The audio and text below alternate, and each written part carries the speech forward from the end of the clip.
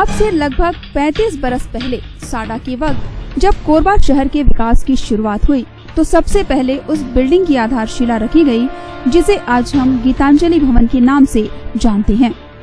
दरअसल सन 80-81 में इस इमारत की नींव तब रखी गई जब नियमों के मुताबिक 25% जमीन उन बेरोजगारों के लिए छोड़ दी गई जिन्हें छोटी मोटी दुकानों के जरिए रोजगार के साधन मुहैया कराए जा सके।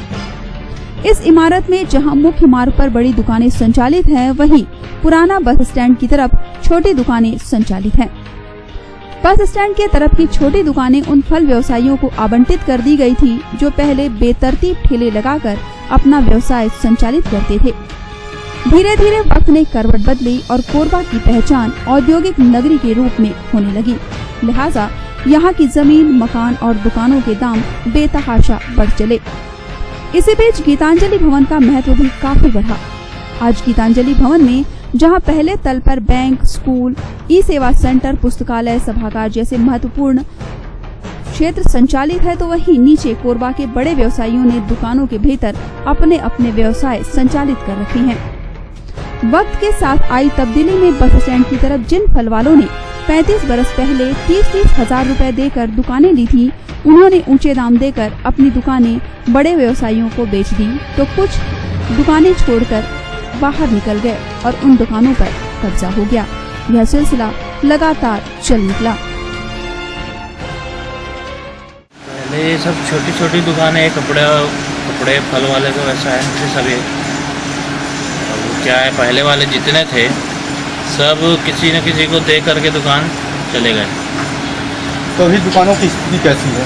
दुकानों की स्थिति ठीक है। अभी जितने भी अभी रह रहे हैं वर्तमान में सब अपना सही किराया पटा रहे हैं। बाकी दुकानें किसी के भी नाम पे नहीं। जैसे हो गया, हम 3-4 साल हो गए हैं दुकान में रह रहे हैं। पहले नॉर्मल थी, अभी पेंट करवाया, दुकान बढ़िया हो गया है। पहले नॉर्मल था, पेंट नहीं करवाए थे, अभी सही हो गया है। आप कब से इस दुकान में रह रहे हो? मैं हो गया 3-4 साल हो गया। इससे पहले किसके लिए कौन चला रहा था दुकान को? इससे पहले यहाँ पर एक कबाड़ी दुकान था, ये वाले अपना था, धीरे धीरे ये भी हो गया। इस भवन में संचालित दुकानें बगैर किसी अनुमति के खरीदी बेची जा रही हैं। बावजूद निगम ने कभी इस ओर ध्यान देने की कोशिश ही नहीं की। अब आलम यह है कि सड़क की तरफ के दुकानदारों ने पीछे की दुकानें खरीदकर पार्टीशन की दीवारें तोड़ डाली हैं और अपनी अपनी दुकानों का विस्तार भी कर लिया।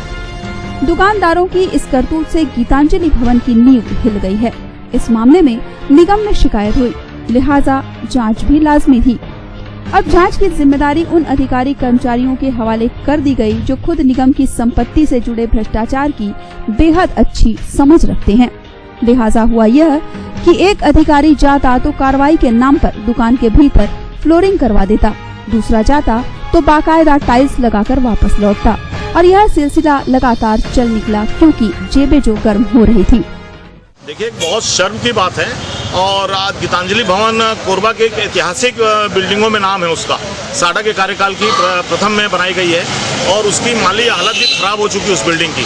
उसके बावजूद जो शासन की योजनाओं की दुकानें पीछे में जो हितग्राहियों को 20-25 हजार में दी गई थी, उन दुकानों को सामने में जो बड़े व्यवसायी हैं उन लोगों ने अपने व्यावसायिक फायदे के लिए पीछे की दुकानों को 2-4 लाख में ले करके और बीच की दीवार को गिरा करके अपनी दुकानों को जो बड़ा करने का एक घिनौना प्रयास, मैं तो घिनौना इसलिए कहूँगा कि बिल्डिंग की मालिक हालत पहले से जर्जर, उसके बाद उन्होंने बीच का सपोर्ट गिरा दिया। आज पूरी बिल्डिंग में जगह जगह क्रैक है। इसकी शिकायत मेरे द्वारा लिखित में, मौखिक रूप में कई बार अधिकारियों को की गई, लेकिन चांदी के जूतों के आगे वो भी मजबूर। खुलेआम शासकीय संपत्ति की खरीद फरोख्त को लेकर नगर निगम में शिकायत भी दर्ज की गई। यहाँ लगभग 10 से 12 दुकानदार ऐसे हैं जो बीच की दीवारें तोड़कर दुकानें बढ़ा चुके हैं, जिनकी जांच की जानी चाहिए। लेकिन जांच के नाम पर निगम के अधिकारी कर्मचारियों ने महज अपनी जेबें ही गर्म की। अब आलम यह है कि शिकायत की कोई सुनवाई निगम में नहीं होती। बेचने का, खरीदने का किसी को अधिकार नहीं है। मैं तो बोलता हूँ, एक भी दुकानदार उस दुकान की रजिस्ट्री दिखा दे, मैं सार्वजनिक रूप से माफी मांगूंगा।